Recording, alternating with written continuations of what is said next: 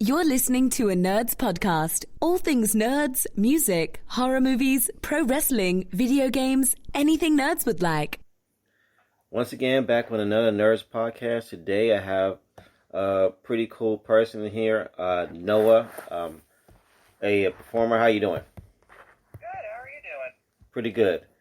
Now, my podcast is called Nerds Podcast. It's basically everything nerd, all things, like comic books, video games, movies, pro wrestling, anything nerds will like. You don't have to be a nerd to like it, but many nerds vacated to it. So I saw you on Facebook, and you look like an interesting person.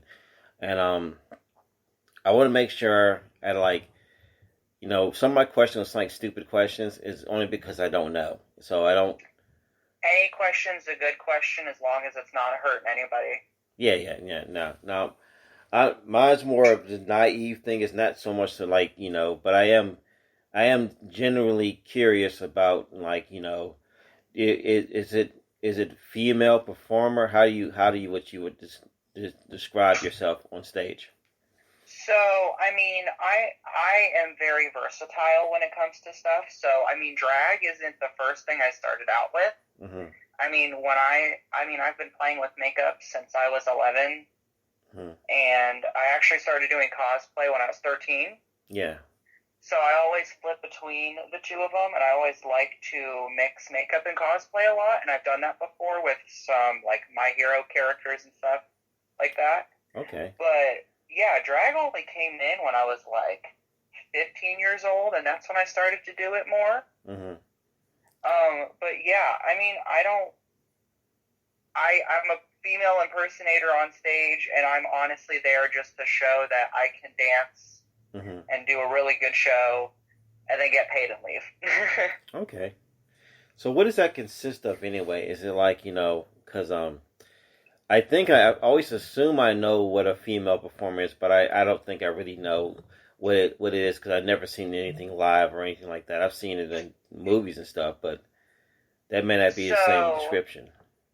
So, female performing, I would just call it a drag show, because that's what it is. Yeah. So, at a drag show, it's usually a bunch of people. It doesn't matter what gender you are. You can be whatever gender you want and do drag. But it's just, we all get up in, costumes and wigs, and, we all, have a kiki, have a real good time. Kiki is like a term for, having a good chat with each other. Okay. And it's just it's a loving community. It's, it's always been like that as far as honestly, all the way back to the 30s and stuff in drag. Drag has always been such a underground thing until recently because of, TV shows like RuPaul's Drag Race making it such a mainstream thing. Yeah. So a lot more people are being more accepting about drag and its culture, and it's great because we're all making so much money, and we're just loving it more every single day because, we love what we do, and we always will love performing, but it's the audience's reaction that we appreciate the most, and it gives us validation that what we're doing is correct. Okay, that's cool. Now, you mentioned RuPaul's Drag Race. Did you ever see the TV show Pose? Yes, I have. I have watched Pose, and I think it is a wonderful program. Yeah, that was my first, I can tell you I would say, I should not say my brother, my sister is a transgendered person now. He transitioned to being transgendered. And fabulous for her. Yeah, and I wasn't upset. I was more, you're taken back, but it wasn't like I was upset with it. Nothing like that. I just didn't know how to... You didn't know. Yeah, I didn't know how to handle the answer. But in some retrospect, I think I always knew in something, but I think I didn't want to ask the question because I didn't really want to know the answer. But now it's... Yeah. But luckily, a lot of people in my family are very supportive. Way more supportive than I thought they were. I thought it was going to be, it's going to be an awkward moment. But everyone has been really supportive of her decision to become, who she wanted to be, and that is pretty cool. But fabulous. But the TV show Pose, that's when I learned I didn't the whole underground scene and that. Do you Have you ever been to any of those shows or anything like that? And that. So, underground scene is still a thing. I can prove that. Mm-hmm. It isn't as big as it was then. Because, so here, a gay history lesson. When Stonewall happened, it was one of the biggest movements that ever happened in LGBTQ history, or queer history in general, because that was the moment we rebelled and we were sick of being underground, because it wasn't our choice to be pushed underground. We had to do this because being gay was illegal until I think like the 80s. Yeah. Like it was an arrestable offense. Huh. And it was, yeah. So, I mean, you can look it up. So many, you know, Marsha P. Johnson, just so, like, there's a bunch of queer icons. You can like look Harvey, up photos. Getting Harvey arrested Milk in drag. Yeah. Is Harvey Milk one of them? Is he one? Harvey Milk? Is that a person? Yeah. Okay. Sorry, I was trying to, like, remember more names, but it's just... Sorry. Yeah. There's so many. Yeah. But I didn't know. I didn't know I mean, would never know anyway, but I didn't even know that I knew of the dance pose because of the Madonna song. And, yeah, Vogue. Yeah. But then when I watched the TV show, it was like was the best show I've ever seen. Because I watched it on Netflix. I didn't watch it when it came on because I was like, I don't want to say it was weirded out by the show. It was like, I don't like watching a doc. If it's going to be a documentary, I don't like watching a documentary. But yeah, but I finally sat down and watched it, and it was like it was so many like actresses on the show, and I think one of them has a documentary on Hulu. Very, very upsetting. Her story from I think she was born in like Trinidad or something like that, and she was in the church and was abused and all that kind of stuff, and like shunned away from her mom and all that kind of stuff. It was really, really heartbreaking. But like those stories are interesting. I'm glad they're doing those stories now. But like yeah, and it's crazy because everything in Pose, a lot of them are true stories. Yeah. And especially when Candy, is that her name? Yeah, Candy. When she gets murdered, that was probably the most accurate, real thing to ever happen in that show. Yeah, I think it happens a lot. And it still happens a lot, even today. Yeah. The murder of Black trans women, it's nuts. Yeah. I actually made a post on Instagram a few days ago on, like, performance safety. Because, all of us, we perform at night. Yeah. Like, my shows are around from, like, the hours of, like, 8 to 1 in the morning. And going home is scary. Yeah, it's not. So I always say, like, have a +1, keep your keys in your fist, make sure you know where you're going, don't get too drunk, because you need to get home somehow. I would suggest y'all do self-defense. You need to learn some sort of, and the best self-defense would be like... We learn it through, so drag queens, we always give each other tips and stuff like that, when we can keep, and sometimes the tips are how to defend yourself with the drag you have on. Yeah. How to fight with stilettos, how to fight with your nails. That's a good idea. And thankfully, when I was a kid, this is kind of shocking, my grandmother is from Italy. And she was a boxer there in, like, the 30s. That's pretty cool. So she taught me how to, like, punch and kick. So I always knew self-defense. So it was never a worry for me to learn it. But I didn't realize how many of these children didn't know. And I was like, oh, girl, you need to know. Yeah. Because you don't know, you could take the wrong alleyway and, Yeah, I know. It's scary. Now, I don't mean this. It's more of a dumb question. And it's like, I don't mean I'm just curious. Are you just a performer, or are you a gay performer? I'm just a performer. I mean, I'm a senior in high school. Words out. Okay. I perform for my high school in full drag. Okay. I'm planning, so even though COVID is happening, we are planning a COVID-safe talent show because my high school is on a campus, and I promise it's a public. I ain't that rich. But it's on a campus, and so we have a lot of green area. Okay. So we're going to use that area to perform, and it's pretty much going to be called NOAA's talent show because I bring in the most audience.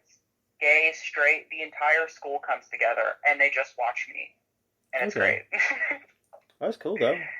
I mean, it seems like a pretty open-minded school. And you know what? I'll tell you this, and it's not because of the drag. Mm-hmm. Like, people love the drag, and people think it's a great talent, but it's just because, you know, when I perform, I feel like you can see how much time and effort I put into each show, and see the art that I put into it. Because a lot of these new girls, they think just selling sex is it. I don't think that's drag at all. Yeah.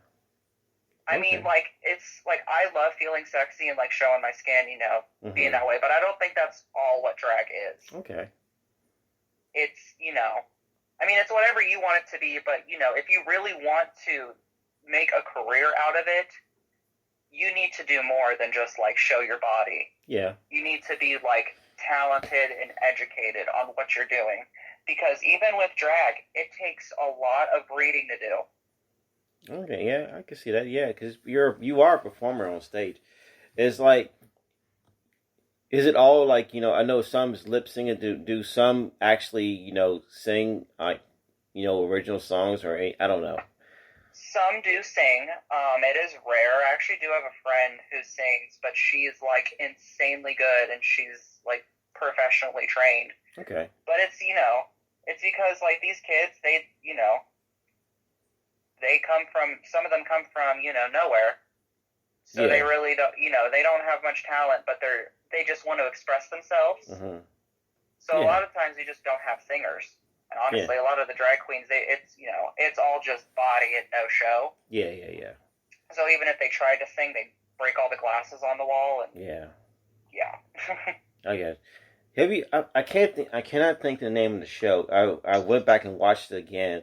It's a show on NBC where this girl she goes for an MRI, and something happens where it's like something where she can hear people's thoughts and the music playing in her head, like their emotions through music. And I've heard of that movie. I think it's oh no, it is a TV show. Never mind. It is a TV show. Yeah, and basically her dad is like he has some medical issue where he's not in a coma, but he can't verbally speak, but he's coherent, but he can't speak.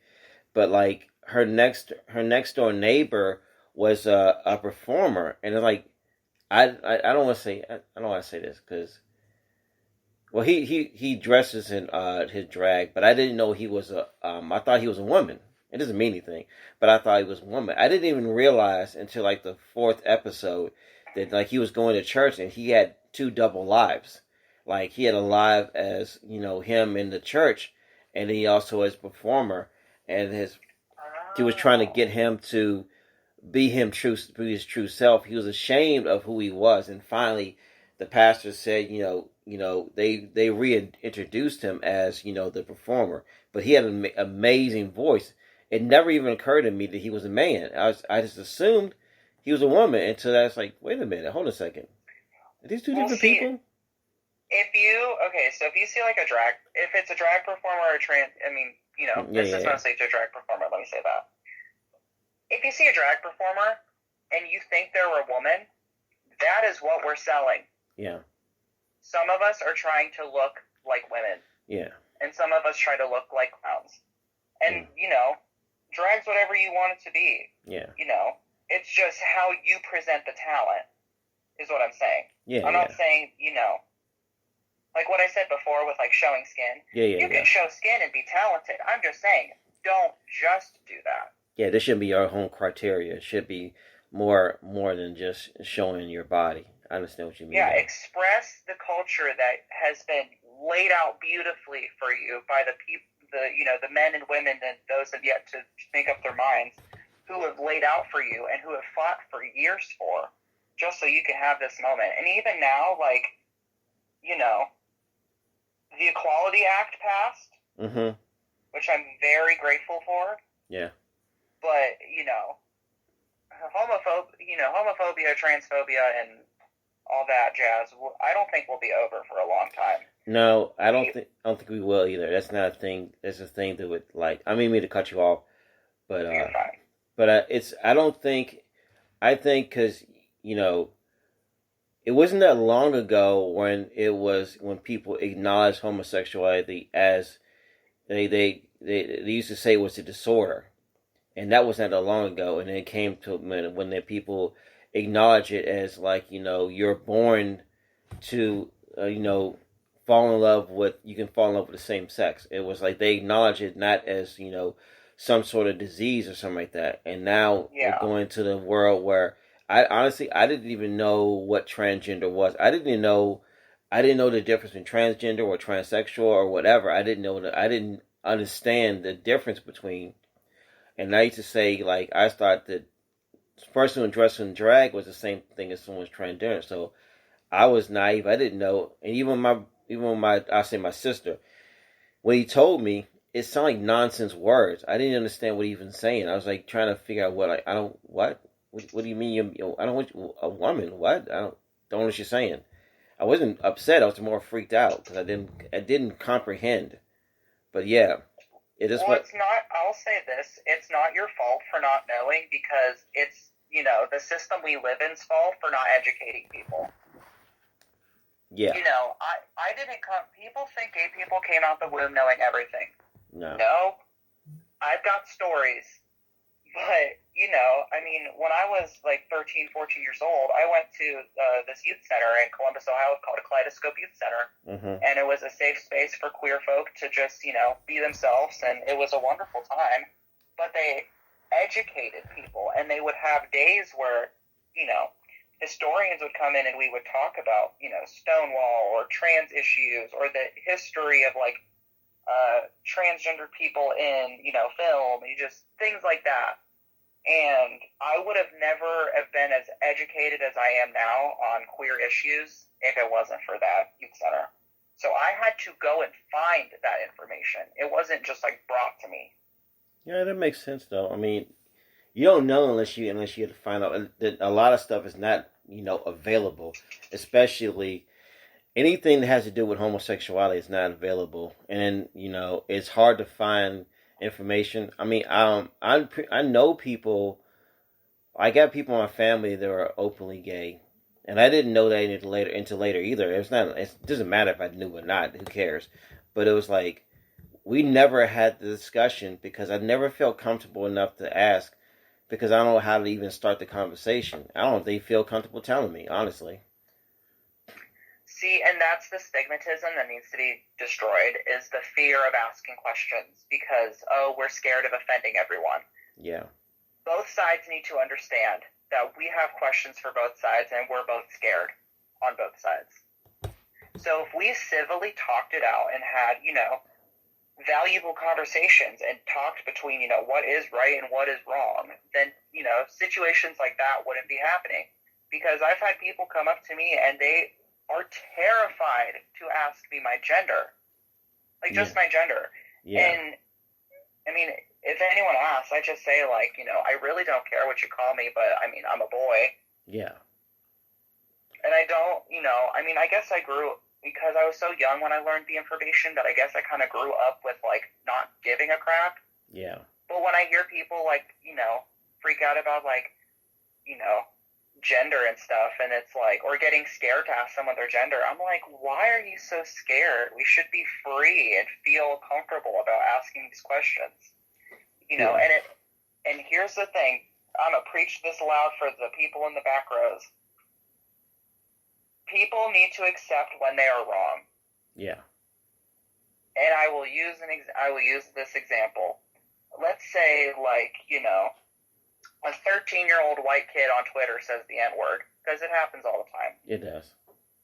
But, instead of being Sky Jackson and cutting that kid's throat and exposing him, you should have a valuable conversation. Yeah. And I understand he's 13, but you need to tell him. Yeah. Because no one else will. No. And say, hey, that was wrong. Yeah. And he should respond, oh, I'm sorry, I was wrong. I will try not to do that again. And the other person should be, okay.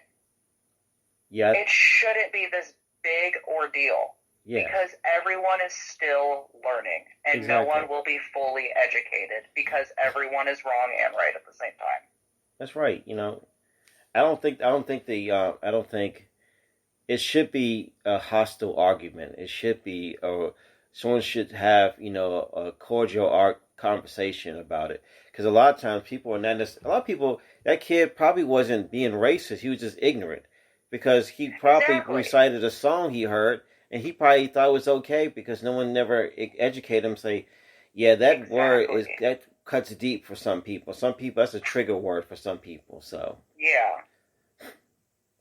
And it's just like, if we all stop being ignorant and just listen to each other, then I think it would all work out. Because, I mean, I'll say it loud and clear. I hated 45. Hated 45. Mm. I had conversations with people who support him, or did support him, and how they told me that they were scared of us. And that was when I started to realize that when, if we all had a conversation civilly and explained our differences without both sides yelling at each other back and forth, Yeah. then I feel like, we could get stuff, actually done. But, the last one wasn't helping with that, with this, the Twitter rant. Yeah. And They had to who take did you that say? away from him. I didn't hear. Who did you say did the person you're referring to? Oh, the person that I was talking about who was like, I was talking about Trump. Okay, yeah. How I blame him for the separation that we have now. Yeah. Because of his mouth. Yeah. And just spewing BS. He does. Like, truly, like, love, not hate. He has some issues. I think he has a deep rooted issue. I think he has some father issues. I think he has a lot of. I think if a psychiatrist was ever to diagnose him, he could retire and basically write tons and tons of basically essays on everything about him. Everything about him, boisterous, arrogance, stupidity. He brags. He's a gigantic. He's super insecure. He's threatened by anybody. God, he is so insecure. And I'm not gonna be crass, so I'm glad you told me you were like, you're still young, so I'm not gonna say anything foul. But let's just say he said he will say how small his hands are. Like, who talks like that? I remember that being a big topic of discussion, and I remember thinking, he is the president. Why the hell does anyone care? I don't know. Let's care about what he's doing for us. That's true. He's not, and I'm a person. And I'll say this like this. I don't think any of the presidents were never like necessarily great or they did things. And I always say this is like, it doesn't matter what you did when you went in. It's matter what you did when you come out. That's your legacy, and his legacy will be a joke because he threw a temper tantrum. And like there's been many other presidents who have been sketchy, and I'll give you one, Lyndon B. Johnson, the guy who was basically the predecessor after Kennedy was killed. He was a staunch bigot. He was a guy who was he was for Jim Crow. He was from the old time. But you know what his legacy will be? His legacy will be the man who actually implemented and stopped segregation. That's what his legacy will be. People are the people are not going to remember him being a bigot. I'm sure he said the N-word 20 times in the White House. I'm sure he said all kinds of foul stuff.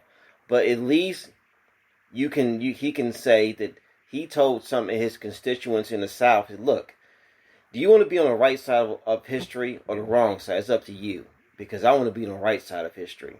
And if Trump wasn't, I wouldn't have been even mad if Trump was a clown. I wouldn't have been mad if Trump was like this boisterous nitwit. If Trump at least brought the two parties together and he actually fought, said, look, we need to change something. This is not working. If he actually did things to change things and not, divide, I wouldn't even been really mad at him. But he proved to me that he was a clown. That's why I never liked him before he ran for office. I always thought he was a clown, but he proved my point this time.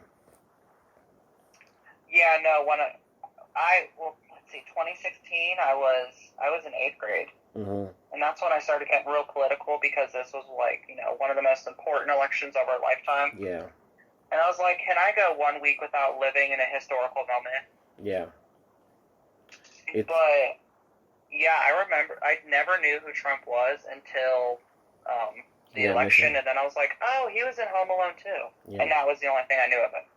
No, he people who know him from New York hate his guts. People know him in the casino industry hate his guts. He's had like his history is like deep rooted in all kinds of. I mean, he was a womanizer. He had several marriages that had failed, and he managed to keep them from getting the alimony and stuff like that. And it's more the disgust of Trump is the more reflection of the Republican Party. And that's why I always hated them. It's because they're hypocrites. Because there was a time when there was a president, Bill Clinton, who was like, he was charismatic. Don't get me wrong. He did a job. At least pretended he did a job. And they went after him for all his, indiscretions of womanizing and, Monica Lewinsky. They completely destroyed him. They tried to. And then, oh my God, what's her name? His wife? No, the girl that he messed with. Oh, Monica Lewinsky was like an intern. Monica Lewinsky. Oh, she got destroyed. She got destroyed too. Yeah. But when Trump has 22 rape allegations, nothing happens. I mean, it's a lot, but it's like he's part of the party that is untouchable. That's one thing I'll say about the Republican Party. They can cover anybody from getting really attacked, and no one really cares. That's why you look at I'll say this, and it's two different contracts. Like John F. Kennedy. John F. Kennedy, I don't know, you may say he may be the greatest president. I don't know. He's a big womanizer and everything like that. But people also forget, that he beat out Richard Nixon the first time, and it may have been, some shady stuff. Maybe people said, the mafia, whatever. Who cares? Whatever. He won, whatever. And then, Richard Nixon, he ran for office back in, I think after Johnson, he stepped down, whatever.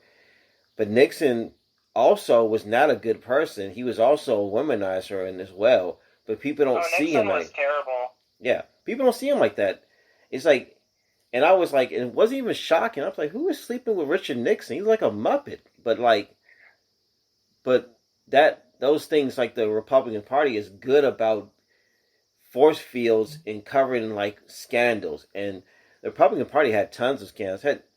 I don't know who it was. It was one guy who was in a bathroom stall, and a guy was tapping him on the shoe, and I guess that is a sign in, I guess, restrooms for gay sex or something like that. I don't like. That's weird. And I was about to say I've heard of it and I've seen it happen.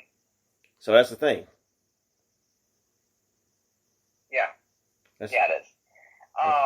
If I'm being completely honest, every gay bar I've been to, when you go to the stalls to change into a costume for a show change, you expect one person to come out of the stall. Instead, two people come out of the stall.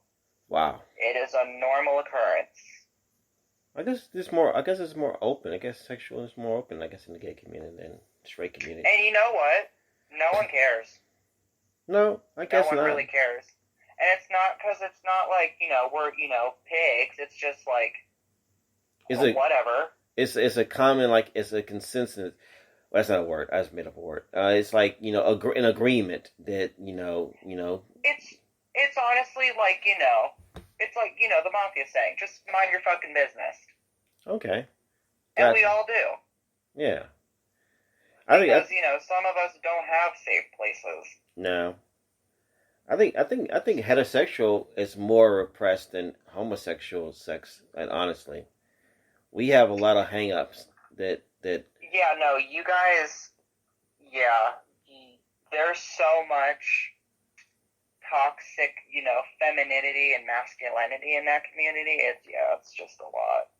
I think that's the problem. I think that's the problem with why men can't show emotion, because show emotion. I'm not talking about anger. Anger's easy and I'm guilty of this too. I don't like to see men cry, and I know it's an insecurity. It's something I have to deal with, but the when a man cries, it's super uncomfortable. It's not a thing that no man, and I think it's a thing it's seen as weakness. It's seen as a feminine thing, as opposed to it's a weakness not to show emotion, and it should be that way. It's like you're that's why people are bottled up with so much rage and stuff like that. That's why a lot of things happen. Exactly. Why do you think men's car insurance is more than women's? Because we're psychotic. Yes, and especially on the road. Oh yeah. But yeah, no, I completely agree. And I mean, as gay people, I mean, I've talked about it a million times with people. It's like, you know, call me a fag all day. You still oppress yourself. Yeah. You know, as gay people, we get to choose our families because, you know, some of us have been abused so much that, you know, we need those households and that community to be around, you know, like in Pose with the houses. Yeah, that's pretty cool. I like that. I like that in the story. There are millions of houses. They're everywhere.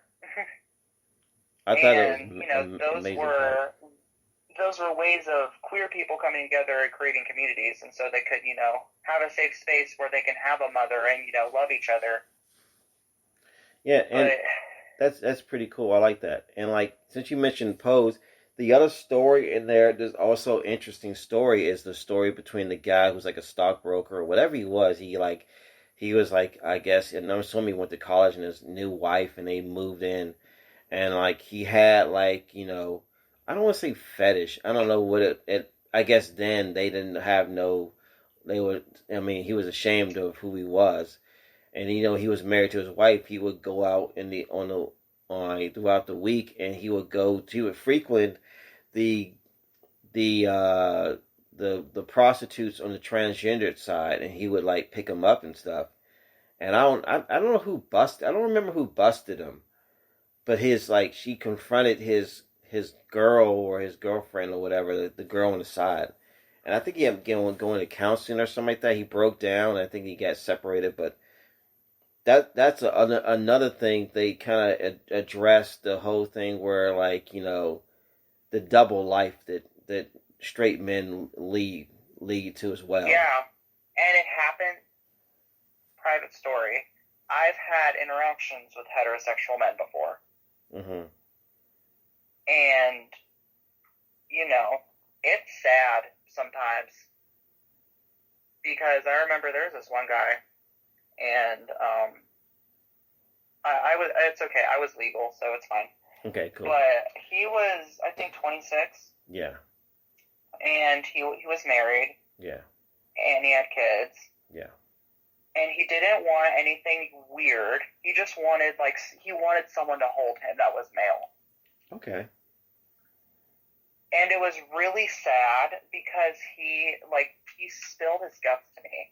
And he spilled this entire story about how, you know, his family is super Christian. He's been, you know, oppressed to being gay. Yeah. Yada, yada. Yeah. And he's just like, you know, this masculine man, like very, like, I think he was 6'4" and I'm 5'10" and I'm holding him. Yeah. And he just was breaking down. And I was like, I told him, I was like, you are so stuck in this hole that if you ever wanted to be free, you would have to leave every single thing in your life behind. Yeah. Most definitely. And I have not seen him since. But that was the advice I gave him. I was like, if you ever wanted to completely change your life because he's so stuck, he would have to leave everything. Yeah, it's and that's terrible to say, but it is, but it's reality. For how it is. It's for how, you know what, he felt. He didn't just he was born into that. Mm-hmm. It wasn't his fault that he got stuck into this and he felt pressured to marry a woman and all this stuff. A lot of them are. It's and a lot of them are. A lot of people are like that. That's why it's like, you know, there was terms, and it's not. I don't think it's in all communities. I think it's in the black community in particular. That on the down low, I've discovered that. Well, that's been years now. I don't know if people still even refer that as like where straight men frequent have homosexual sex, and on top of it, like their relationships with their wives. And I remember a guy openly talks about the fact that he's married to his wife, but he has gay sex in the weekends or whatever. Like, I didn't know that was a thing. I didn't even that none of that comprehended to me. I didn't know that was a thing. What, like people being open, like couples being open about that? Well, not even like an open relationship. I'm talking about a man who's married to his wife, and particularly having gay sex on top, or like his. I don't know if his actually I don't know if his wife even knew. Let's put it that way. I don't know if his wife even knew that he was doing this, but that's why he referred to going to down low. It's like something that was like basically separate from his other life, and then it was not necessarily like an open like hey we're dating and I'm gonna see girls on the side. It's more like, hey, we're dating and by the way, I'm not gonna tell you that I'm seeing girls on the side, like that. Yeah, it's just also like it's such an oppressive society where I know what would happen if the guy ever told the girl, that would happen. It would end in heartbreak. Because I only know a few couples that are open relationships like that, where it is a situation. It's not a situation like that. Mm-hmm. It's a situation where they both know that they're bisexual and they have sex with other people. You need to be open. And they're cool with that. Yeah, you need to be open. You need to be honest with the person. Don't find out. And like, I love this movie. I don't know how accurate this movie is because I don't know his true story. I never knew his true story. But Freddie Mercury from from Queen. Yeah, he was as gay as they come. Yeah, but he in the movie he had a friendship with this girl and they were best friends. And I do think he really loved her. I don't know if he loved her sexually, but I know he truly loved her, and she loved him. But she knew at some point that he could not be fully with her like she wanted him to be.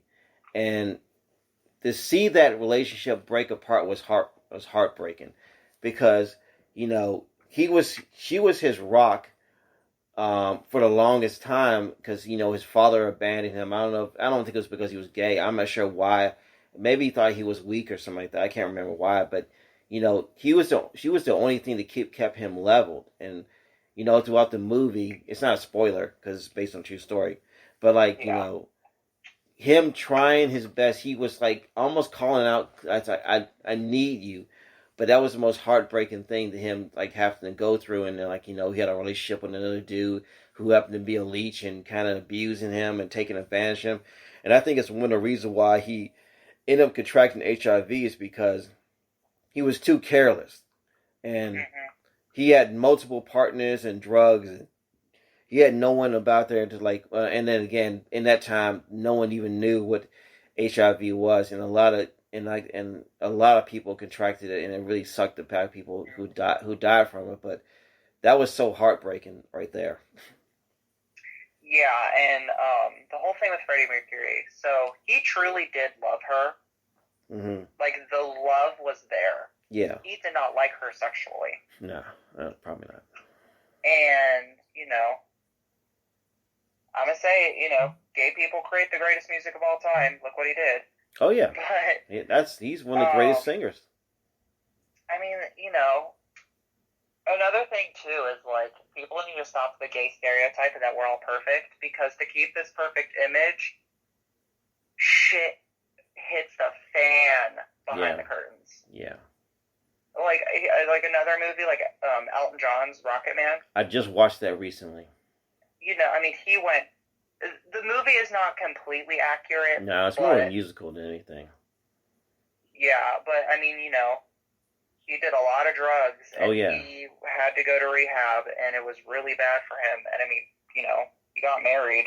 Yeah. To a woman first. Yeah. Yeah, it's just it's a straight run society that has been like this for so many years that it's just now we're finally digging ourselves out that hole, but it's such a deep hole, Yeah, it's going to take a long time. a lot of things that need to change anyway in any community. I mean, if you look at, I mean, it sounds like some liberal corniness, but television has never represent, and I don't know if it ever will. It probably never will, and it's okay. I'm not upset if it will, but it may every once in a while something may peek through and it may change people's views.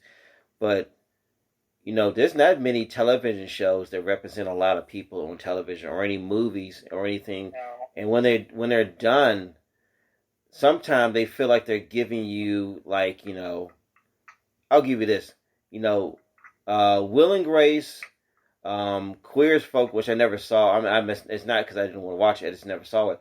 And the L Word, and the L Word was my favorite show, and it still was one of my favorite shows. I even watched L Word Next Generation or whatever it's called. It's on Showtime now. I hope they renew it for a second season. But that's when I saw another side of community that I didn't even register that existed. I mean, I know what lesbians are, but I never knew that the struggle that having to hide your identity, being shunned away from your family, having to live. Some had to live a double life. They had to literally live a whole new life. I said that's too much nonsense for me. And it's just like, people abuse the queer community so much, and it's like, you don't even know what we've been through. Yeah. So, like, when people, like, when I get, like, nasty comments here and there, because, I do, Mm-hmm. I just wash them off, because you don't know me, and I don't know you. Yeah. And I have a million people who think I'm talented, and I've got one rat in the building. Yeah. Cool. Don't even worry about that clown. It's just like, nowadays we can just thrive, and if we continue to thrive, then it will get better and better for all of us. Cool. But also, it's the topic of, like you said, of toxic masculinity in the straight community is gotta stop. Because it is one of the biggest issues for gay people. Yeah. Because straight people will be like, ew, you're supposed to be doing this, this, and this. And I'm like, actually, we're on a tiny rock in a big space area, so I don't care what I do. Yeah. Yeah, I think it's a thing it's a passed down generation thing. Because and some of the things when they say toxic masculinity, I never even thought about how it appears, because a lot of toxic masculinity is a sign of insecurity. A lot of things, like, the guy who's quick to fight has been probably picked on a lot, or he's threatened the fact that his girl may like another dude or something like that. It's always something that has to do with his inner insecurity as a man, because, men are always seen as that you have to be the tough guy. You have to not back down. You always got to, whip someone's ass or something silly. You have to be loud and boisterous and all these kind of stupid stuff. But that stuff has always been there. It's not like it was 10 years ago or 12 years ago or 15 or 20 or 50 or 100. It's hundreds of years. It's like forever. Like, my grandfather probably displayed some sort of like honorary kind of like personality that if he was here today, I said, this dude is psychotic. What's wrong with this dude right here? Why is he tripping? But his dad was probably worse than him. My dad was like a very bitter, self-righteous, hateful, drunk, and I can say that now because he has passed away, and I'm like, I don't hold any grudges to him. I don't think, I think he was not a good person, and it's okay, he was not a good person. Some people are not good people, and he was not a good person. But I think, you know what, mine, I don't talk to him anymore, but my father was the same way. Yeah. But I told myself I would never be like that man. Exactly. That's all that matters. Just don't repeat the cycle. And this is a TV show, but it's just sentiments, everything. The TV show, Everyone Loves Raymond. They have some pretty good episodes every once in a while. And this one, I'm gonna say it real quickly because I don't want to waste time on this episode. But it was an episode where Robert and all them were supposed to be going to counseling, but for some reason they skipped counseling and they went to the dog track, and they were having a good time, whatever. And they sat down, they talked to each other, and it was like, Ray and their dad. He's like, how was your like? Oh, he said my dad used to beat us all the time. He's like, that's what happened. You got smacked down around. Like, I mean, it happened. And then, like he said, his grandfather's worse than him. He said he made Mussolini wet himself.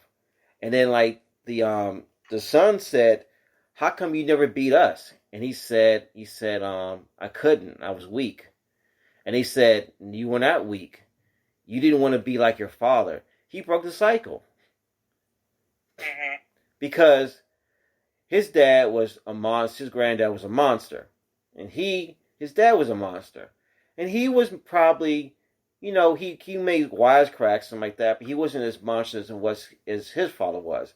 But then Ray, when he raised his kids, he was more personal with his kids. He was more close to his kids. He did stuff. And I think that my father was like, a byproduct of bitter and hateful and resentfulness. And I think a lot of it was him.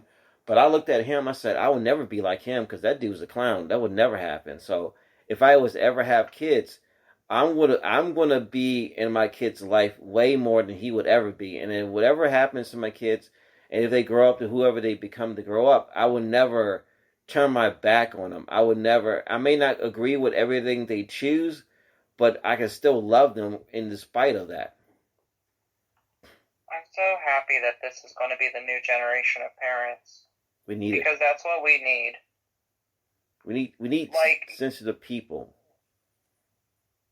Children, a lot of people say children are born for you to craft them into the perfect person, but really they got a lot to teach you too. Yeah. Because kids of today, like my generation, we're very vocal. We're very politically correct, and I probably know a lot more politics than my entire family does. You probably do. You're probably a little more educated than them because it's more accessible to you than it probably was for me. And I'm sure I could have done it, but I was just lazy. I would never done it. But the whole purpose of each generation is supposed to be better than the next one. It's not supposed to be worse than one. And the only thing I don't like about the generation now is the fact that a lot of them, cling to social media like it's like a drug. And I think a lot of people can't emotionally handle a lot of stuff that's on there. And it's like, don't make that your life. This should not be your life. Yeah, no. Social media is a dangerous place. If you are not mentally prepared for it, because my mother has been very vocal about the career path that I've taken, not with just drag, but just in my art in general, and not in a bad way. Yeah. But she warns me. She's like, if you keep doing this, you will be like a fish in a tank. Yeah. And I went, I know. And I mean, even recently, when I started getting more popularity at bars and stuff, I mean, I'll get weird texts from guys and stuff. Yeah. And I get nervous to leave my house sometimes. Yeah. Because it's like these guys are local. Yeah, I don't like that. I could go to Kroger, or Kroger is our grocery store. We got one I go too. to the grocery we store. got one too. Oh, okay, cool. I go to Kroger, and they're like, there, because I work at a Kroger. Okay. I'm actually switching jobs now, but I used to get stalked. Wow. By guys. Yeah. See, it's weird. That's the odd part about it. But you don't know what their motives are or whatever they're trying to. I don't know if they're, and I don't want to say fetish because I don't know what word would be. You don't know what their intentions are. I'll tell you this though, all of them had wives. It's almost like you're surprised. I don't know why I'm surprised by that. I shouldn't be surprised by that. I think in the 2 years I worked there, I think I had. So there's a lot of guys in the area from Pakistan and Saudi Arabia and all this stuff. So I had a lot of guys from there with full blown wives coming to me and being hitting on me and stuff. and some of them did not know boundaries. Wow. I had this one guy who stalked me for a week, and he kept asking me if I had a husband. It's weird. And would just constantly do that. And that was the, like, not the breaking point, but that was the turning point when I was like, oh. Because some of these guys I'd also recognize from the bar. Like, the bars that I work at. That's interesting. Was he Middle Eastern? The guy that actually had a husband? Yeah, 4 out of 5 of them were Middle Eastern. You know, that's interesting because that part of the world is very always, and it sounds mean. I don't mean very conservative. Yeah, I don't know how to say it. But yeah, I'll say yours. Yours is better. Conservative is a better word. And they're like the mecca of conservative. They're like they're old like Jesus walked the earth a conservative. Their Messiah walked through the earth, and so and I always thought about this, and I used to grow up in the church, and I'm not anymore. And it's not like I'm bitter and like that. It's I'm done. But as I grew up in the church, especially in a Pentecostal, I'm not going to say Catholic. I'm going to say Baptist. Pentecostal had the most repressed, goofy nonsense, and all the people who I went to church with, none of them in the church no more, because it's constant pressure. If you're going to school and you're going to church, it's like you're constantly getting bombarded by both sides of just repressed nonsense. So exactly. So the Middle East, people from there, if you're oppressed to the point that maybe they were closeted, they always want to experience, I don't know. I don't know if you were in, regular clothes or you were dolled up. I don't know. I don't know how to say it. It's gonna sound silly. I sound silly, but when they approached you, did they approach you as you talk as a gay man, or they were approaching you as a woman? Like, they were approaching me as I was a worker there, and that's how it always would start. In public, I am male presenting. Yeah. Because I was born a dude. I like guy clothes. I will add feminine sides to it. Yeah. But I present as male. Okay, yeah. And so they're aware of it. They're aware of it. They're talking to. They know I'm a dude. Yeah. And if I ask, I'm like, I'm a dude, right? And they say I know, and I'm like, okay. See, it just answers my questions. That's interesting. That's interesting, but it's not surprising. It's like, I guarantee you, if you were in a southern area, you would probably find at least 5 or 6 dudes who want to experience that. I mean, they probably felt that way. But if you're in a repressed area, you can't be 100% yourself. And this is their attempt at trying to, I don't know what the hell they were trying. I don't know what the hell they were trying to do. It's just always interesting to me, but I shouldn't be surprised. I mean, if guys go out their ways to pick up strange girls and stuff like that, and will risk going to jail, there's got to be at least 4 or 5 guys who do. I don't know. Maybe they are closetly gay. I don't know. Maybe want to experiment in there. They just don't know how to ask the right person. I don't know. I'm talking to my ass right now. I don't know. No, you're fine. I don't really know the full extent of it either, just because it's all to do with the fact that it's just such an oppressive society. We're always worried about what the other person is doing. Look in a mirror. You're a wreck. Fix yourself first before you start judging others. Yeah, that's true. Definitely. Wow. But yeah, that's what I have to say on the fact of the matter is of queerness in America and the sad truths of toxic masculinity in the straight community. Yeah, we have a lot of issues. Over time, it's a very slow process, but with education and open minds, we can change. You can change the world when you change your mind. Yeah, we can change. It takes everything's a baby step. We went from we went from the Civil War to Reconstruction to Jim Crow to segregation to whatever. That's a 100-year period. It's gonna take. It's like it's a turtle race. It's not like a It's not what's the name. It's not like a marathon. It's not. It's a marathon. It's not like a sprint. So you'll just keep running and keep running until you get tired. But you gotta like stay the course. So, but I'm glad that you was. I appreciate this. Again, you were nice enough to allow me to talk to you because I saw you and I thought this was pretty cool because I would and I and I was trying to think of questions to ask and you know I'm well aware that like my being naive, but I always address it first, and it's not because I want to make sure there's no misunderstandings because sometimes some people will say something and they're not being rude.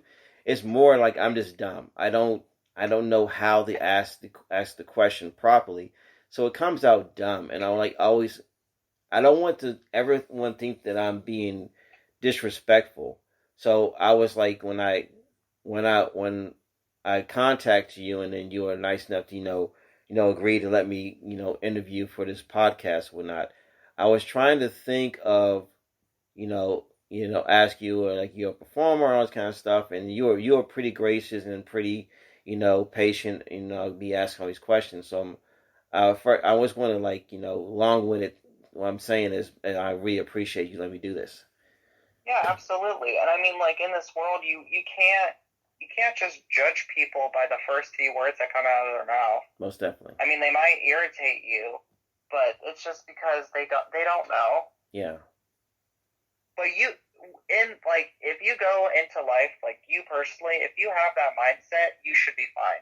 And if you address that to people, then that's where progression happens. Yeah, I always feel because better. That's just how it should be. Yeah, just address it. Like I don't mean disrespectful. I'm not just a dumb question, but like, how do you fix your hair that way? And like, it's like, cause I'm a dark skinned man, and like I was at a martial arts studio one time, and a white woman came to me, and she was just asking me questions like, I don't mean to be disrespectful, like, how do you get your hair like that? It's like I was telling her like, how I done. Oh, like, you mind if I like all these questions? But she was never being rude, and she addressed it as opposed to some people. And I'll say this, and then like it was, I was shocked how comfortable and disrespectful this person was that I started laughing because I didn't know how to take what she said. And then like this is the last thing I'll say, but I was working at a school, and I'm a custodian at school. But like I was at school, and I remember it was a sub, and she was a sweet, pretty white woman. She was a nice woman, and she said to me with a straight face, and then she was almost laughing. She said, I thought you were so threatening with you being, so dark and had dreadlocks and whatnot. But then you started talking, and I feel like you were not a threat. And all I could do was laugh because I didn't know how to take. And like an idiot, I repeated it to someone, and they were more angry. And I was like, what did they say to you? I said, and I realized, that. I realized that wasn't a joke. She was being disrespectful, but she was laughing. That it made me laugh because I didn't know how to take what she was saying, though. So people can be disrespectful, but if you address your stupidity, no, I would have backhanded her if I heard that comment. Oh my God, that's terrible. Yeah. I don't get it either. Like last kind of political thing, I'll say. Why be racist? Yeah. Just why? Yeah. I mean, if we scientifically look at it, I am a senior in high school, and I've been taking African American history studies. Yeah. And I figured out that all humans are from Africa. Yeah. That is where we're all from. Mm-hmm. So basically, we're all people. Yeah. And I look around at people who are racist, and I'm like, we're all people. Yeah. We're all, all of our organs are the same. Our skeletal system, we all have the same blood. Exactly.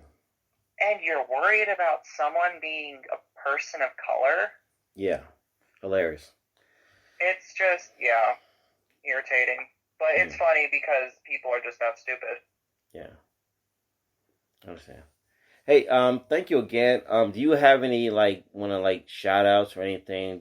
So to look forward to, up and coming projects and whatnot. Yeah, sure. I am Noah MUA everywhere on every platform: Instagram, Twitter, TikTok, Dubsmash. It's Hmm. NOAA MUA. Okay, And yeah, I mean, I do shows in Columbus, Ohio a lot.